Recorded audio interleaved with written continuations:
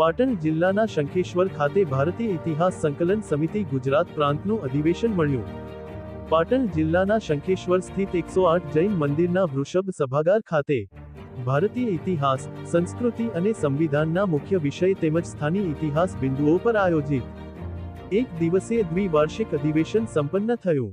આ કાર્યક્રમને દીપ પ્રાગટ્ય કરી ખુલ્લો મૂકતા ધારાસભ્ય ડોક્ટર સુખાજી ઠાકોરે સૌને શક્તિપીઠ બહુચરાજીનો ભવ્ય ઇતિહાસ તેની સાથેની કથા જણાવી કાર્યક્રમને ખુલ્લો મૂક્યો હતો.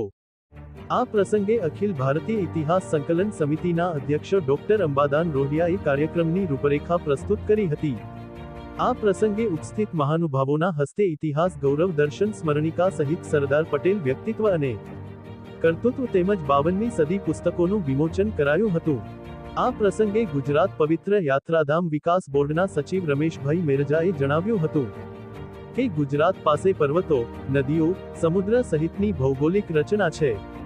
અહીં શક્તિપીઠો અને સોમનાથ જ્યોતિર્લિંગ પણ છે અને આ બધાનો ભવ્ય ઇતિહાસ છે જે સૌ ઉજાગર કરી તેને વંદન કરે છે.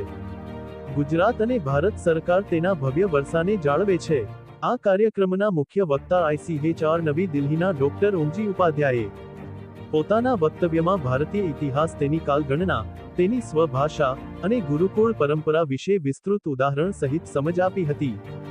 તેમણે આચાર્ય સુશ્રુત અને ચરક દ્વારા શસ્ત્રક્રિયાની 300 સારવાર પદ્ધતિથી લઈ ભારતીય વૈદિક ગણિત અને ખગોળ વિદ્યાની વાત પ્રસ્તુત કરી હતી. આ પ્રસંગે સાધના સાપ્તાહિકના તંત્રી ભાનુભાઈ ચૌહાણે સમાજમાં ચાલતા નેરેટિવ અને તેની સત્યતા વિશે વક્તવ્ય આપ્યું હતું. કૈલાસભાઈ ત્રિવેદીએ RSSના 100 વર્ષ નિમિત્તે સમાજમાં ચાલતા પંચ પરિવર્તન જેવા કે પર્યાવરણ, સામાજિક સમરસત, સ્વદેશી, કુટુંબ પ્રબોધન અને નાગરિક કર્તવ્ય વિશે ઉદ્બોધન આપ્યું હતું. આ પ્રસંગે ડોક્ટર ગિરીશચંદ્ર ઠાકર, અખિલ ભારતીય ઇતિહાસ સમિતિના પૂર્વ ઉપાધ્યક્ષ મનુભાઈ પાવરા, કાર્યકારી અધ્યક્ષ મહામંત્રી હસમુખભાઈ જોશી, અધિવેશન સંયોજક હરિભાઈ પટેલ સહિત મહાનુભાવો ઉપસ્થિત રહ્યા. GTV news Raju Prajapati, Shankheshwar.